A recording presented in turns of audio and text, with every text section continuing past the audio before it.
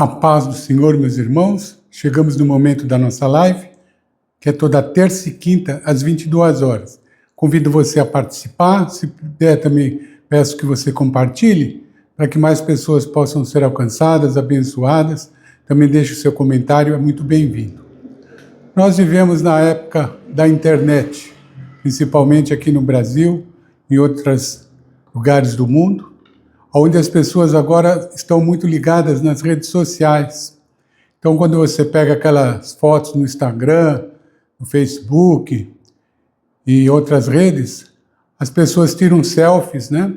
Elas parecem que estão sempre bem, sempre felizes, aquela reunião com os amigos, com os familiares. E você olhando assim, parece que é tudo um mundo de maravilhas. Mas quando você observa mais de perto, você vê que muitas pessoas, de todas as idades, elas andam depressivas. Então, muitas vezes, jovens não conquistam aquilo que queriam, às vezes não têm preparo, às vezes também não têm oportunidade, acabam ficando deprimidos, entram nas drogas.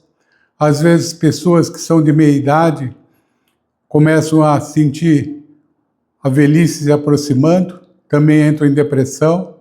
Outras pessoas que se aposentaram, não têm mais as suas funções, acostumaram-se a trabalhar sempre numa correria, e elas acabam ficando com pensamentos que são depressivos. Então elas procuram calmantes, muitas vezes procuram psiquiatra, psicólogos, e outros, pior, que não procuram nada. Muitos ainda dentro da igreja. Então você vê cantores gospels que acabaram suicidando-se, pessoas que acabaram perdendo a vida porque não conseguiam viver, algo dentro delas incomodava. Muitas pessoas famosas, artistas que você tem conhecimento, porque faltou algo dentro dela. Não é dinheiro, não é poder, mas é algo que está dentro da alma.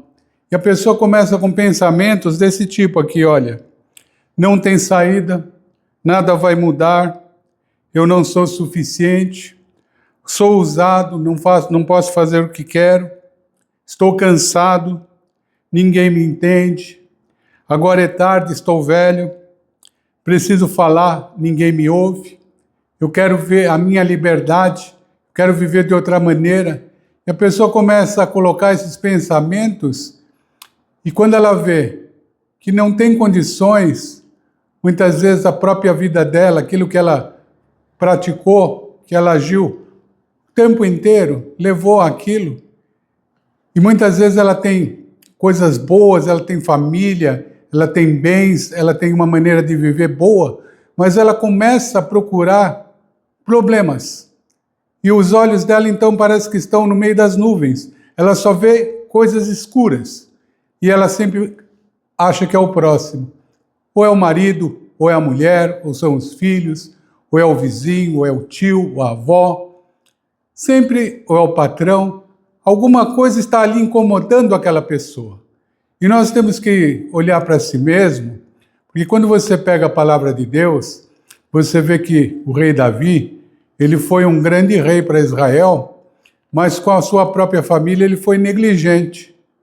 Então houve incesto, houve também um filho que tentou ficar no poder tomando o seu reino, uma tentativa, que foi Absalão, e outras perseguições que ele passou, e tudo aquilo trouxeram um peso, mesmo o pecado que ele praticou na traição com Betseba, quando ele trai o seu amigo Urias, manda para a frente de batalha, porque ele tinha engravidado a mulher dele. E tudo isso foi trazendo um peso, mas quando ele olha para si mesmo e ele vê que ele está naquela condição, ele começa a buscar uma resposta em Deus. E a palavra de Deus nos ensina a responder para a nossa alma, para o nosso sentimento, porque nem tudo que nós sentimos é verdade. Deus continua sendo Deus, mesmo quando você não sente, quando você muitas vezes pensa que você está só. Mas a promessa de Jesus é eu nunca jamais vos abandonarei. E a esperança não está no sentimento, mas ela está em Deus. Se você pegar ali no Salmo 42, no verso 5, diz assim, o rei Davi: por que estás abatida, ó minha alma? E por que te perturbas em mim? Espera em Deus, pois ainda o louvarei pela salvação que há na sua presença. Você prestou atenção nesse versículo? A alma dele estava abatida, ele estava angustiado, depressivo. Mas ele diz, espera em Deus. Ele não diz, olha, minha alma, espera que tudo vai melhorar. Ele diz, espera no Senhor, espere em Deus. Quando você coloca tua vida na presença de Deus, aquela nuvem vai sendo dissipada. Porque a presença de Jesus, ela traz a luz do mundo. O teu coração se enche, você é iluminado por Jesus e a situação muda. E ele continua dizendo, pois ainda o louvarei. Essa palavra, ela muda tudo.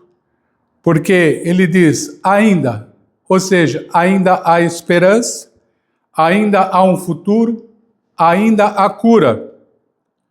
A dor, a depressão, a tristeza, não é o capítulo final da história.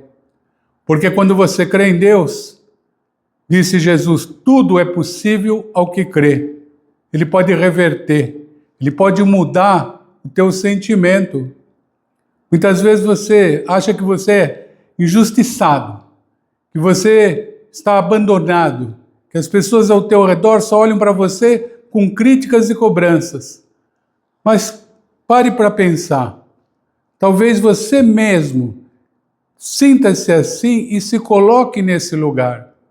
Porque você rejeita a palavra, você rejeita a busca em Cristo. Ou talvez você frequente uma igreja, talvez você faça o seu devocional diariamente, talvez você faça as suas orações, mas há um lado que não é espiritual, é um lado químico, é um lado físico, há um lado neurológico. E o Senhor Jesus disse que os enfermos muitas vezes precisam dos médicos, não os sãos. E se você procurar um profissional habilitado, algum profissional com referência, então você pode encontrar uma saída. Você começa em Deus, você fala para a tua alma, espera em Deus.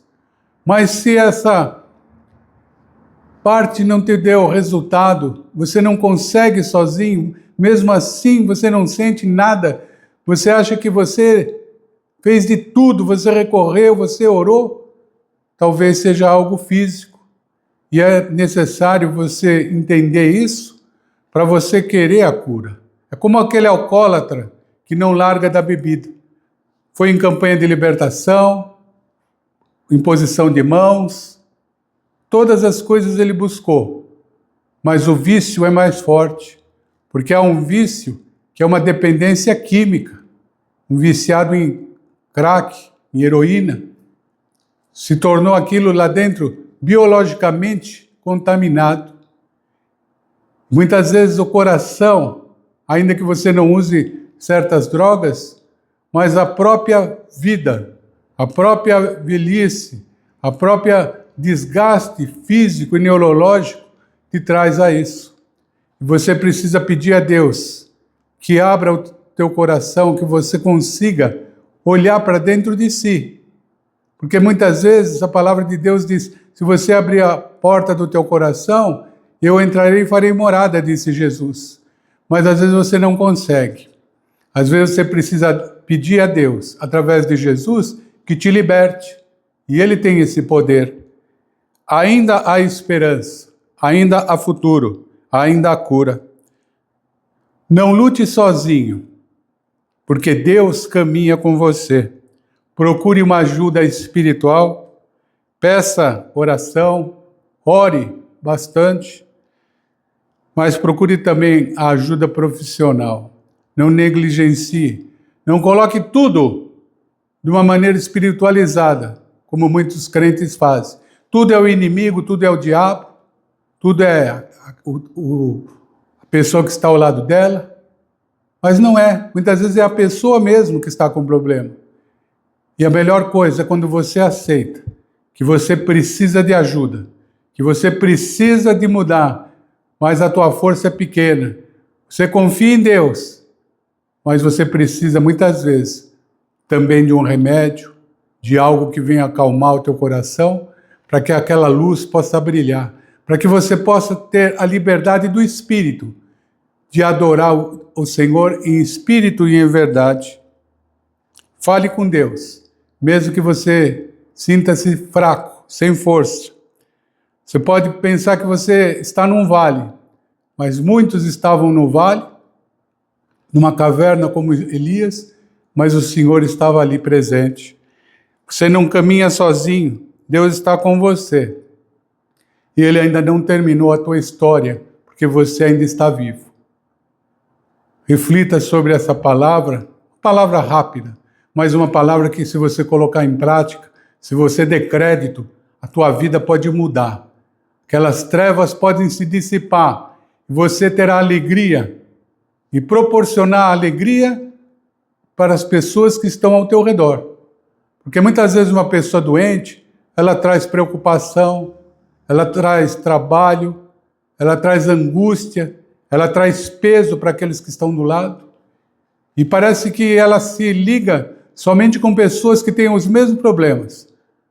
Então, quando ela encontra as amigas ou os amigos, é só reclamação. Um reclama daqui, outro reclama dali, outro fala isso, outro fala aquilo. É só problema. Saia desse meio. Procure pessoas que tragam para você esperança, que tragam fé, mas a genuína fé. A fé que acredita na bondade, na misericórdia e na graça do Senhor. O Senhor tem algo para você. Se você der crédito à palavra dele, você vai ver que ainda haverá a resposta. Haverá o socorro presente na hora da angústia, diz o Senhor. Ele fala, clama a mim e eu te responderei. Que você possa clamar, que você possa meditar nessa palavra, refletir sobre isso, porque nós vamos nesse momento orar e é momento de oração. Pensa sobre tudo aquilo que você tem vivido, sobre aquilo que você precisa e abra o teu coração para orar agora.